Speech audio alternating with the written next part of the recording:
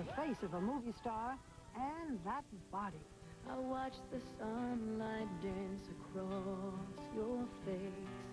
Faith Hill is sex, glamour, and innocence, all in one breath. I can feel you breathe. Fittingly, she's from a tiny Mississippi town called Star. A few days after her birth, she was adopted by a doting father who couldn't read and a mother who at times worked 3 jobs. Faith was all legs and voice. Stronger hearts. And after dropping out of junior college, she had her dad take her to Nashville.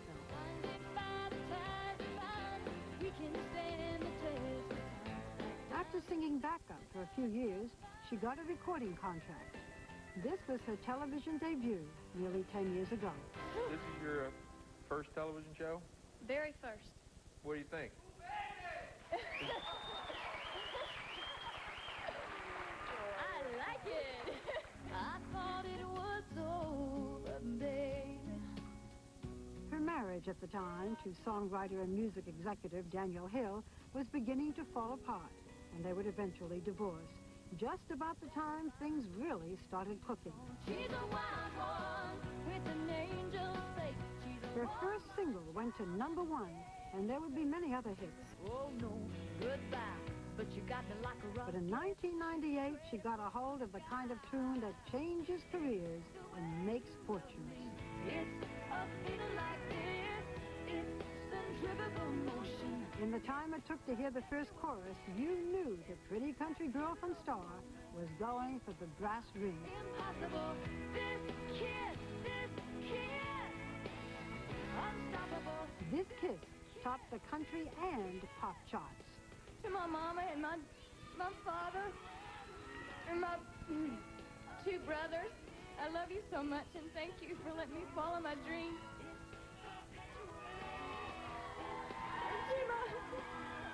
And to my family, my husband and my 2 daughters, this would mean nothing without you. In 1996, she went on tour with a bad boy country star named Tim McGraw.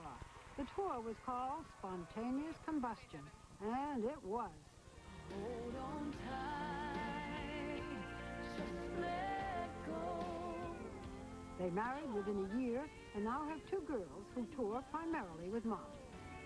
I can feel you breathe, it's washing over me, and suddenly I'm melting into you. Motherhood aside, this is not your typical country single. Breathe may be the first video out of Nashville filmed mostly in bed, but she's doing something right. Her appeal crosses genres and generations.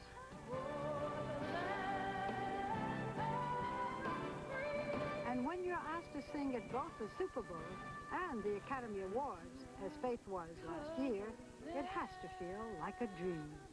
You won 3 Grammys last month. Wow. I was a little stingy there, wasn't I? What do you want, 5? What has this year been like for you? It's That good, huh? yeah, that good.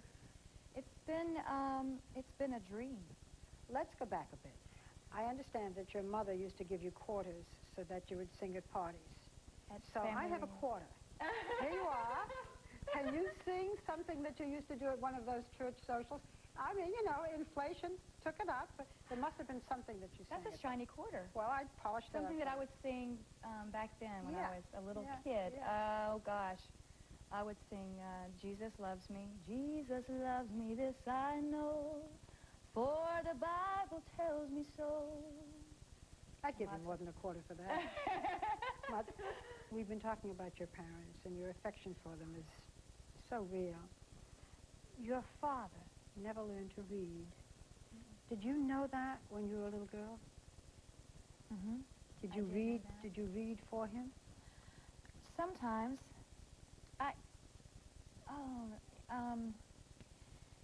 We just didn't talk about it a whole lot in our house, honestly. You know, I don't think any of the children wanted to put my dad in a position of being embarrassed or make him feel bad, ever. I have a great dad. I mean, my mom and dad are really special people. My dad is very, very smart. Yeah. And your dad in his 70s is learning to read. That's tough. Yeah. That's Yes, absolutely. You know, at 19, you decided to move to Nashville. Mm-hmm. And your dad, and you were the only girl, and Dad drove you to Nashville and said goodbye to his baby. Yeah. What did your dad say? He said, you know, if you ever want to come back home, even if it's tomorrow, just call us and I'll be right back up here to get you. You know, we love you, you know. It's very, very sweet. And he still says that. Does he still say it like this, really? After you won every kind of prize, he says, baby, if you want to be safe. Come back home, you know, we'll come up here and get you. When you were in your 20s, you wanted very much to find your birth mother, your biological mother. This was terribly important to you. Why? I think I was just really searching. I was searching to figure out who I was inside, and of course my family was very much involved in the search. It took years to find her, and when you did, tell me about that meeting. I don't even remember what I said. I don't remember what she said. We kind of just stared at each other. It was very strange. It wasn't normal, but it was, at the same time, it was, you know, it was just, I kind of breathed a sigh. It was just, you know, this is... Did you look like your birth mother? Mm-hmm. You could see yourself in her? Yes. You've never revealed her name, but, No. but why did she give you up? She was young. She was young, and it's a different time. She wasn't married at the time. She eventually, you know, became married, but not at the moment that she was pregnant with me. Did she marry your father? Yes.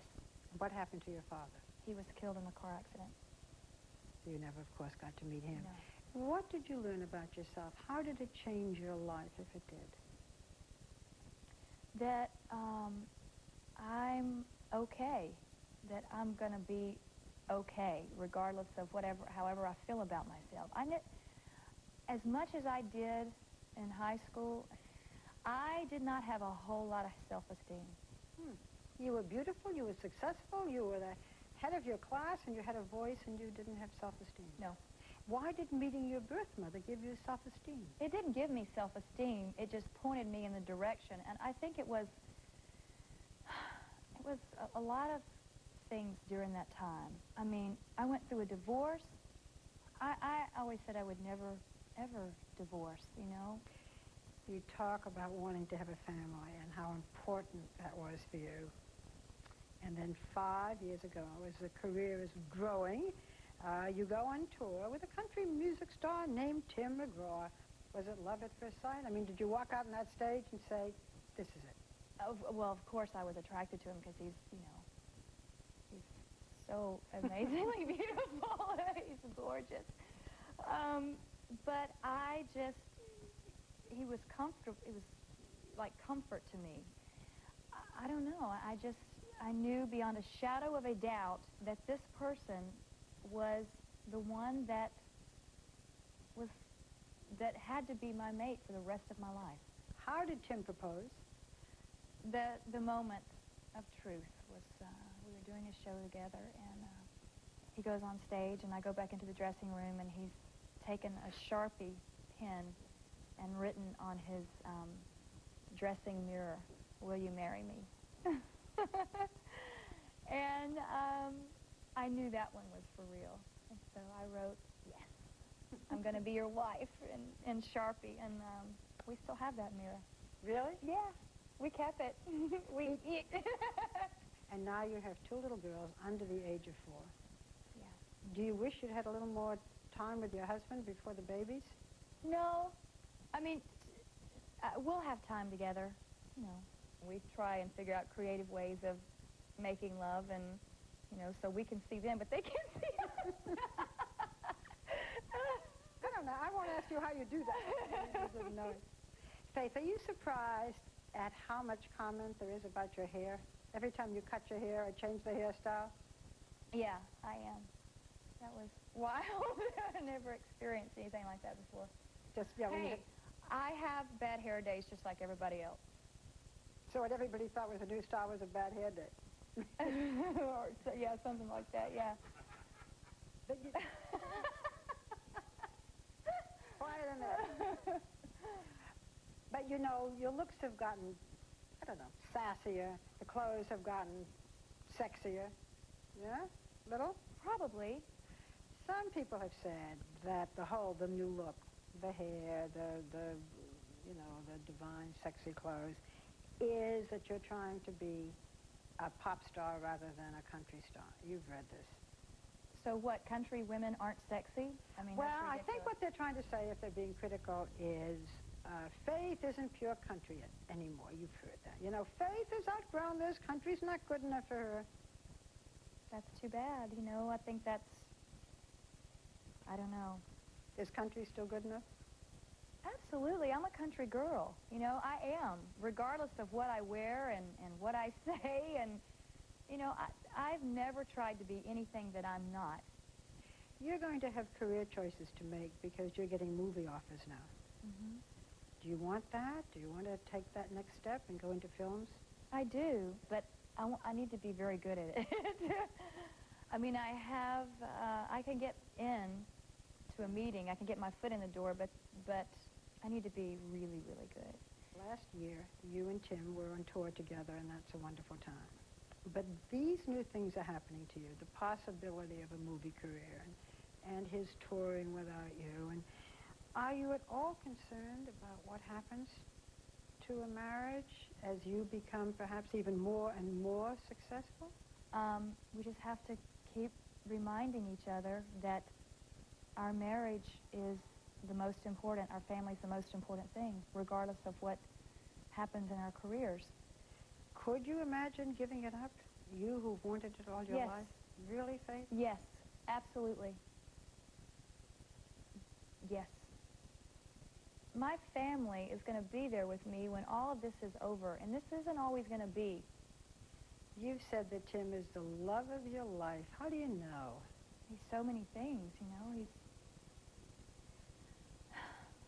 my best friend. I just love being around him. He makes me laugh. He's the best father. He loves our children, adores our children. And he's sexy as hell.